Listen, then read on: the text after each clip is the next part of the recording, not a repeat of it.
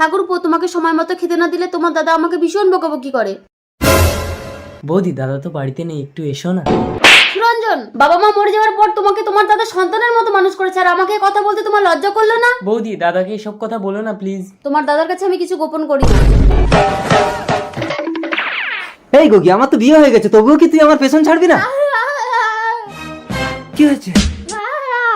মৈত্রী, খতম। আমার মৈত্রী, মৈত্রী আমাকে ছেড়ে চলে গেল। সুরঞ্জন, আমি তোকে ছাড়বো না। সুরঞ্জন, তুমি আমাকে বেশি ভালোবাসো না তোমার দাদাকে? অবশ্যই দাদাকে, কারণ ছোটবেলা থেকে দিন রাত এক করে দাদা আমাকে লেখাপড়া শিখিয়েছে। একটা চল, তোর বাকি গল্পটা থানায় গিয়ে শুনবো। বৌদির সঙ্গে নোংরামো করে তাকে খতম করে এখানে এসে প্রেম করছিস? ওকে ছেড়ে দিন, ও কিছু করেনি, ও সকাল থেকেই আমার কাছে। ওই গৌকে নিজের চোখে সব দেখেছে। দাদা, অফিসার, নিয়ে যা নাকি। এই চল, আর আপনি আসুন, পোস্টমর্টম হয়ে গেলে বডি নিয়ে আসবেন। এই গগিয়া তো আনন্দ পাচ্ছে কেন? আয় আয়।